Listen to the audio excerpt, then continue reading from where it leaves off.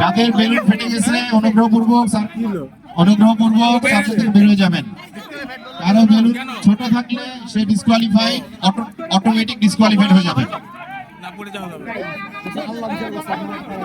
এই বলাই থাকে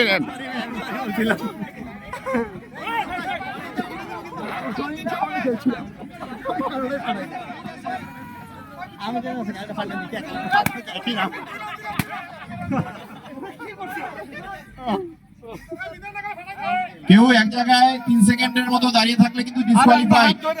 ভলান্টিয়াররা লক্ষ্য করবেন কেউ এক জায়গায় 3 সেকেন্ড দাঁড়িয়ে যাতে না থাকে। কেউ যদি চেষ্টা না করে, কেউ 3 সেকেন্ড যদি চেষ্টা না করে শুধু দাঁড়িয়ে থাকে তাহলে ডিসকোয়ালিফাইড। সবাই একটু সামনে এগিয়ে আসেন।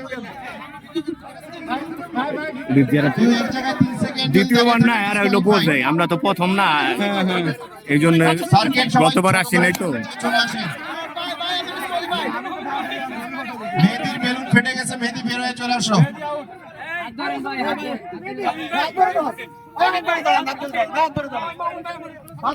এক ভাইয়া শুধু দেখছি যে আকাশের দিকে বেলুনটা রেখে শুধু উপরে রাখা যাবে না, উপরে রাখা যাবে না। Good good.